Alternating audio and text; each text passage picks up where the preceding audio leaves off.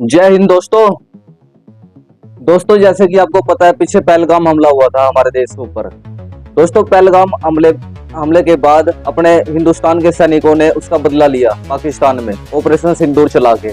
On April 22nd, 2025, terrorists attacked the beautiful town of Pahalgam in Jammu and Kashmir. This attack killed many innocent people. It shocked and angered India. India blamed Pakistan for supporting the terrorists. Pakistan denied any involvement. However, India decided to act decisively to punish the terrorists. This was not the first time terrorists had targeted India. India had suffered for too long. This time, India decided to respond strongly. India wanted to send a clear message that terrorism would not be tolerated. The Indian government decided to launch a military operation. This operation was called Operation Sindoor.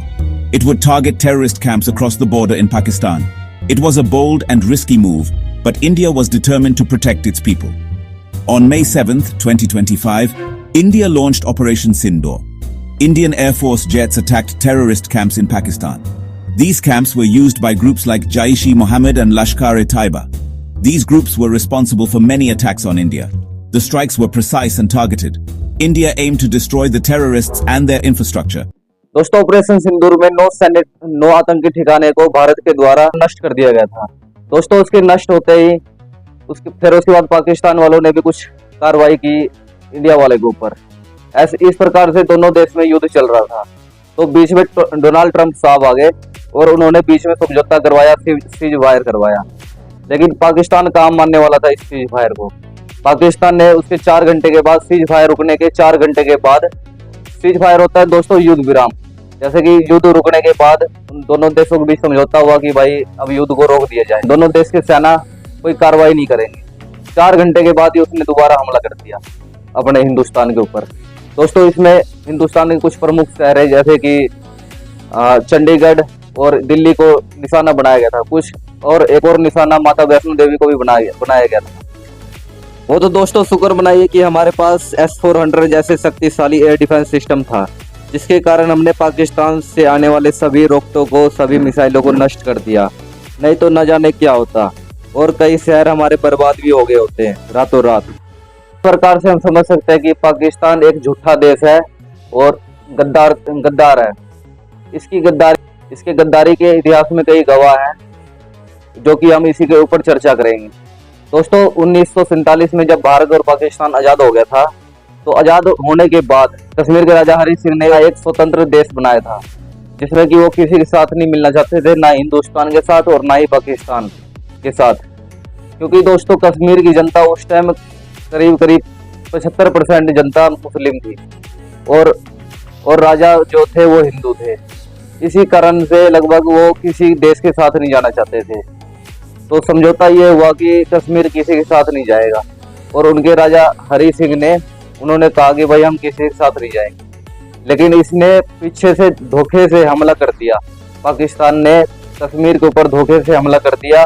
तो फिर मजबूरी में राजा हरि सिंह ने हमारे India को sign कर दिया कश्मीर, कि भाई कश्मीर अब आपका हिंदुस्तान का हो गया। फिर कश्मीर का हिंदुस्तान होने के बाद फिर यहाँ की सेना, अपने भारत की सेना फिर पाकिस्तान से लड़ी और कश्मीर को वहां से फिर आजाद करवाया, और कश्मीर में घुसे पाकिस्तानियों को वहां से भगाया और कश्मीर अपने हिस्से में लिया। दोस्तों एक तो गद्दारी ये की, और दूसरी गद्दारी हम जानते हैं 1999 में।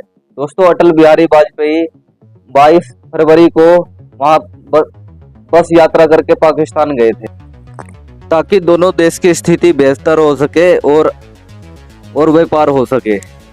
लेकिन दोस्तों पाकिस्तान ने तो पीछे से ही कारगिल युद्ध की तैयारी कर रखी थी। हमले की तैयारी उसकी 6 महीने पहले से चल रही थी। The Kargil War, a high-altitude military conflict, erupted in 1999. It was a stark reminder of the volatile relationship between India and Pakistan. The war, lasting from May to July 1999, was primarily fought in the Kargil district of Kashmir. The Kargil War was notable for its high-altitude warfare. The fighting took place at elevations exceeding 18,000 feet, presenting unique challenges for both sides. The treacherous terrain and harsh weather conditions tested the limits of human endurance and military strategy. The war had significant implications for both India and Pakistan.